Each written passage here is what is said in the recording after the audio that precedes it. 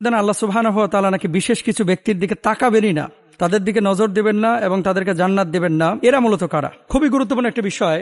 বেশ কিছু হাদিসের মধ্যে নবীজি সাল্লাল্লাহু আলাইহি ওয়াসাল্লাম এই কথাটি উল্লেখ করেছেন, লা ইউকাল্লিমুহুমুল্লাহু ইয়াউমাল কিয়ামাতি ওয়া লা ইয়ানজুরু ইলাইহিম। আল্লাহ তাআলা তাদের দিকে তাকাবেন না, আল্লাহ তাআলা তাদের সাথে কথা বলবেন না, তাদের সাথে দেখা করবেন না। এরকম কয় শ্রেণীর মানুষ রয়েছে? এক হাদিসের মধ্যে নবীজি বলছেন 3 শ্রেণীর। তারা কারা?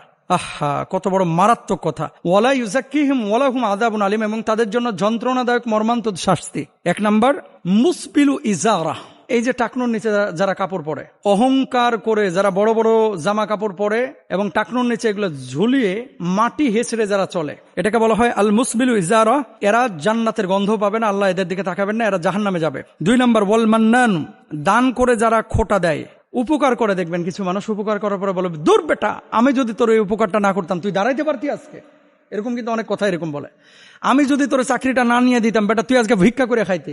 ভাই, আপনি চাকরি দেওয়ার মালিক না, আপনি মূলত তাকে দাঁড় করানোর মালিক না। আপনি তাকে সাহায্য করেছেন, এই সাহায্যটা আপনার মাধ্যমে আল্লাহ তাআলা করাইছেন। এর মানে এই না যে আপনি তারা দাঁড় করাই দিচ্ছেন, আপনি তারা উঠাই দিচ্ছেন, না, এটা সম্ভব না। উঠিয়েছেন কে? উঠিয়েছেন হচ্ছে আল্লাহ সুবহানাহু ওয়া তাআলা। এখন আল্লাহ তাআলা আপনার মাধ্যমে উঠিয়েছেন, এটা হচ্ছে মূল কথা। আল্লাহ তাআলা আপনার মাধ্যমে উঠিয়েছেন। এখন আপনি এই খোটা যদি দেন তাহলে আপনি কোনো প্রতিদান পাবেন না এবং আল্লাহ তাআলা আপনার প্রতি নারাজ হবেন। এজন্য দান করে যারা খোটা দেয়, আল্লাহ এদের দিকে তাকাবেন না, আল্লাহ এদের দিকে নজর দিবেন না। 3 নাম্বার ওয়াল মুনাফিকু সিলাতু বিল হালিফিল কাযিব, মিথ্যা কসম করে ব্যবসা যারা করে, মিথ্যা কসম। অনেক মানুষ আছে, আপনি প্রোডাক্ট কিনতে গিয়েছেন, ভাই গোশতটা ভালো হবে, আল্লাহর কসম ভাই এই চাইতে ভালো গোশত বাজারে পাবেন না, আল্লাহর কসম ভাই এই মুরগিটা সেরা মুরগি। ভাই কি বলেন? আল্লাহর কসম এটা কালকে রাত্রিবেলা গাছ থেকে পারছি, একবারে টাটকা আম। কি বলেন ভাই? এই তরমুজ, আহা হা হা, পৃথিবীতে এর চাইতে ভালো তরমুজ আছে? আল্লাহর কসম।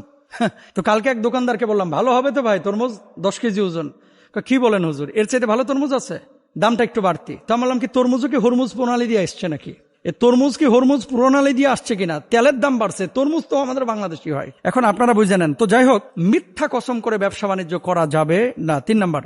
আর আরেক শ্রেণীর কথা বলা হয়েছে, নবীজি সাল্লাল্লাহু আলাইহি ওয়াসাল্লাম বলছেন বৃদ্ধ ব্যভিচারী।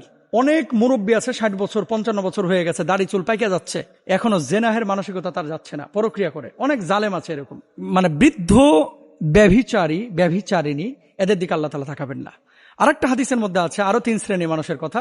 মুদমিনুল খমর, যারা মদ পান করে। এরপরে বলা হয়েছে আল আকু, বাপ মার অবাধ্য সন্তান। এরপরে বলা হয়েছে আদ-দাইয়ুস, নিজে পর্দা করে, নিজে নামাজ কালাম পড়ে, কিন্তু ছেলে মেয়েদের ব্যাপারে বেখিয়াল। ছেলে মেয়ে নামাজ পড়লো কিনা, ছেলে মেয়ে দিন ফলো করছে কিনা, তারা দিন অনুযায়ী জীবনযাপন করছে কিনা, এই সমস্ত ব্যাপারে একেবারে বেখিয়াল।